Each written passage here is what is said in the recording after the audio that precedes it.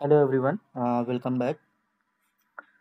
बच्चों, आज हम स्टार्ट कर रहे हैं न्यू चैप्टर और न्यू टॉपिक, रिप्रोडक्टिव हेल्थ। तो सबसे पहले, what is reproductive health? Reproductive health means healthy reproductive organs with normal function. That means कि जितने भी रिप्रोडक्टिव ऑर्गन्स हैं ह्यूमन बॉडी में, चाहे वो मेल हो या फीमेल हो, वो हेल्दी होने चाहिए और नॉर्मल फंक्शनिंग होनी चाहिए। ये एक सिंपल डिफिनेशन है। बट वर्ल्ड हेल्थ ऑर्गेनाइजेशन ने रिप्रोडक्टिव हेल्थ की डिफिनीशन को थोड़ा सा चेंज किया है। और according to World Health Organization, reproductive health means completely well-beings with respect to all aspect of reproduction like physical, emotional, behavioral and social. That mean emotionally physically जो health, उसका मतलब है कि जितने भी ऑर्गन्स है वो नॉर्मल फंक्शन होने चाहिए। इमोशनली हेल्थ यानी कोई एक तरीके का टीस या ताना नहीं दे रहा हो। बिहेवियर आपका, पूरी सोसाइटी जो है उसका आपका बिहेवियर और उस आपके प्रति जो सोसाइटी का बिहेवियर है वो खराब नहीं होना चाहिए। सोशल यानी सामाजिक रूप से सोसाइटी के आप पे कोई प्रेशर नहीं होना चाहिए। A reproductive healthy society has people with physically and functionally normal reproductive organs who can have normal emotional and behavioral interaction in all sex related aspects. Reproductive health problem and strategies. अब जो reproductive health से जो related problem है और जो strategies है, वो सबसे पहले इन इंडिया में सबसे पहले family planning was initiated in 1951 and periodically assessed after 10 year. सबसे पहले इंडिया ने फैमिली प्लानिंग स्टार्ट की नेशनल लेवल पर इन 1951 में, और इसे पीरियोडिकली असेस किया हर 10 साल पे, हर डेकेड में। इस फैमिली प्लानिंग के थ्रू गवर्नमेंट ने लोगों के अंदर फैमिली प्लानिंग, दैट मीन्स गर्भ निरोधन या कॉन्ट्रासेप्शन को लेकर अवेयरनेस किया।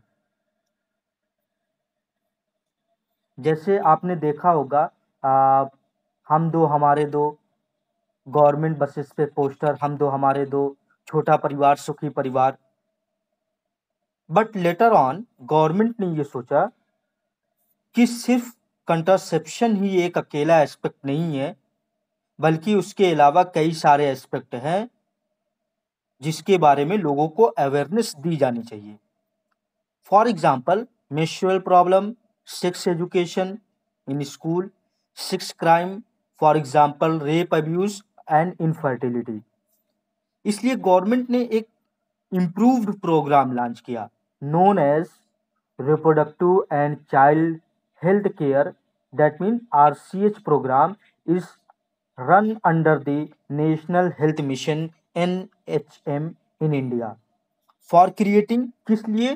For creating awareness among the people about various reproductive and related aspects and providing facilities and support for building up a reproductive healthy society. अब जो प्रॉब्लम्स होती थी तो उसे डिस्कस, ये नहीं कि जो रिप्रोडक्टिव प्रॉब्लम्स है, जो रिप्रोडक्टिव हेल्थ प्रॉब्लम है, उसको हम ऐसे कहीं खुले में उसके बारे में डिस्कस कर लें। नहीं, उसको डिस्कस करना है अपने घर के अंदर। दैट मीन्स कि अगर किसी टीनेज गर्ल्स को अगर पीरियड आते हैं तो वह अपनी मदर से डिस्कस करती है। अब आरसीएच प्रोग्राम को इम्प्लीमेंट करने के लिए ऑडियो विजुअल यानी रेडियो पे प्रोग्राम, प्रिंट मीडिया यानी न्यूज़पेपर पे add,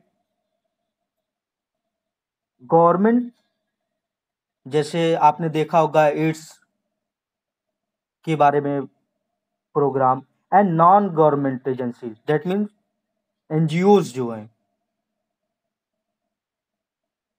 parent, teacher and friend, ये इंपॉर्टेंट रोल प्रोवाइड करते हैं। क्या एम है आरसीएच का? Sex education in school, proper education about reproductive organs.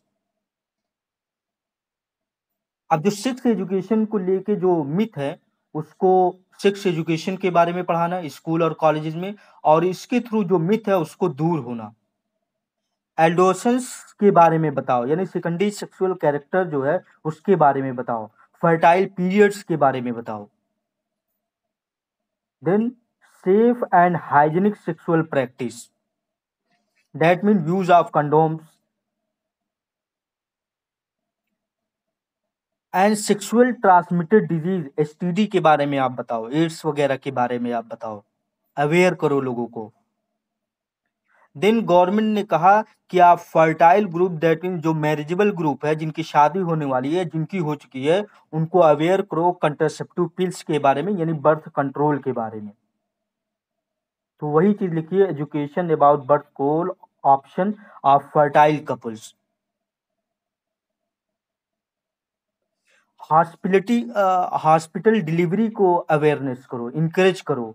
ये नहीं कि किसी दाई के थ्रू जैसे गांव में होता है डिलीवरी कर दो। क्यों? क्योंकि बिकॉज जब जो बेबी है वो तब भी बाहर आ जाएगा जब लेबर पेन होगा, जब मसल कॉन्ट्रैक्ट करेगी।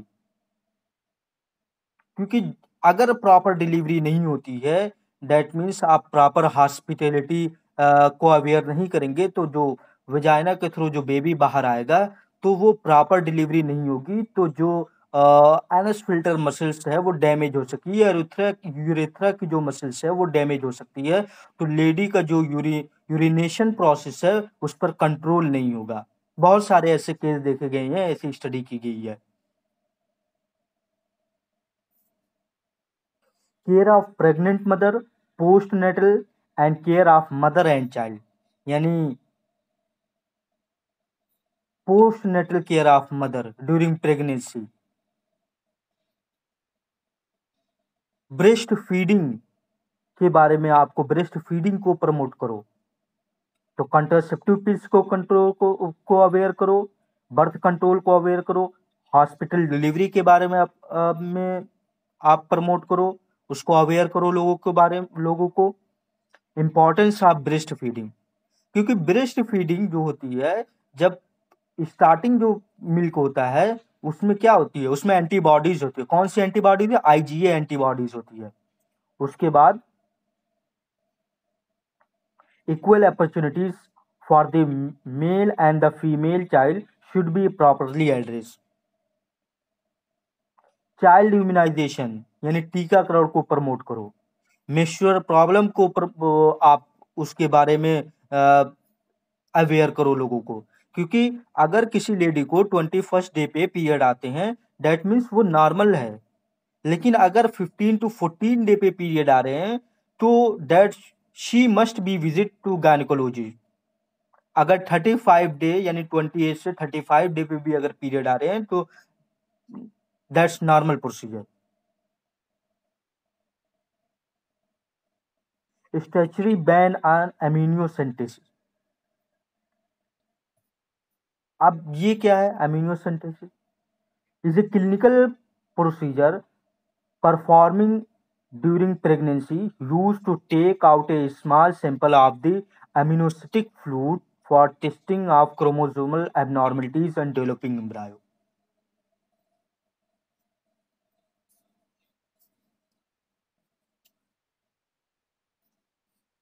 ये एक प्रोसीजर है जो यूज किया जाता है, टेस्ट किया जाता है for person of certain genetic disorder such as Down syndrome, haemophilia, sickle cell anaemia, determine the survivability of the foetus.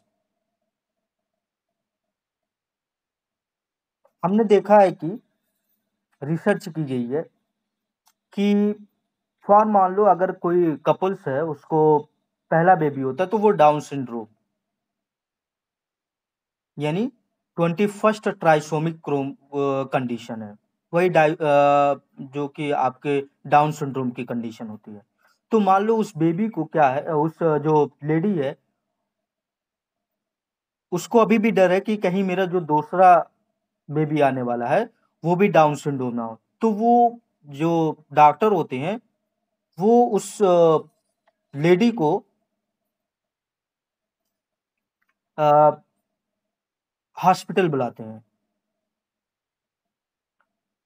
क्योंकि फीटस जो होता है उसके चारों तरफ एक एमिनो लेयर होती है, और उस एमिनोस्टैटिक कैविटी में जो एमिनोसिटिक फ्लूइड होता है, और इस एमिनोसिटिक फ्लूइड में फीटस होते हैं, उसके अलावा कुछ सेल रहते हैं और डिसॉल्व सब्सटेंस होते हैं। अब मान लो फीटस सेल के अंदर 46 क्रोमोसोम होते हैं, यानी उसके क्रोमोसोम से हम XX और XY का भी पता चल सकता है। दैट मीन्स ये लगाया जा सकता है कि वो मेल है या फीमेल बेबी जो आने वाला है। ये अमीनोसिंथेसिस प्रोसेस के लिए डॉक्टर लेडी को 14 टू 18 वीक्स ऑफ प्रेगनेंसी के टाइम पे, यानी दैट मीन्स 3.5 से 4 मंथ की प्रेगनेंसी जब होती है तब उस पर बुलाते हैं, और माइल्ड लोकल एनेस्थीसिया देते हैं, और अल्ट्रासाउंड में देखते हुए नीडल डालते हैं उसके और उससे अम्नियोटिक फ्लूइड को निकाल लेते हैं, जो कि यहाँ फिगर में दिखाया गया है आपको। और उस फ्लूइड को निकाल कर वो लेबोरेटरी को सैंपल भेज देते हैं। अब लेबोरेटरी वाले क्या करते हैं कि फीटल सेल और सब्सटेंस जो रहता है उसकी क्रोमोसोम बाइंडिंग करते हैं। अब क्रोमोसोम बाइंडिंग यानी क्रोमोसोम पैटर्न को देखकर अगर 21st क्रोमोसोम की 2 कॉपी है दैट मीन्स नॉर्मल फीटस है। अगर 21st क्रोमोसोम की 3 कॉपी होती है that means 21st trisomy condition है। इसका मतलब ये हुआ कि जो बेबी है वो डाउन सिंड्रोम कंडीशन है। तो डॉक्टर ये सजेस्ट करते हैं कि ये जो बेबी है उसका अबॉर्शन किया जाना चाहिए, क्योंकि डाउन सिंड्रोम एक जेनेटिक डिसऑर्डर है, उसका कोई इलाज नहीं है अभी तक। तो ये उस कपल्स के लिए क्या है, ये पॉजिटिव है। लेकिन बहुत सारे लोग उसका मिसयूज करते हैं फॉर फीमेल फीटस किलिंग। इसीलिए गवर्नमेंट ने क्या किया, इस एमिनोसेंटिस को क्या किया, वो सेचुरेटरी बैन किया है।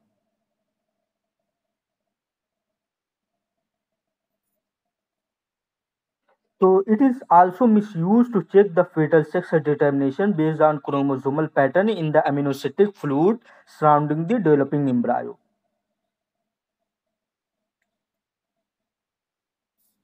ये था RCH प्रोग्राम, और उसका क्या एम है उसके बारे में।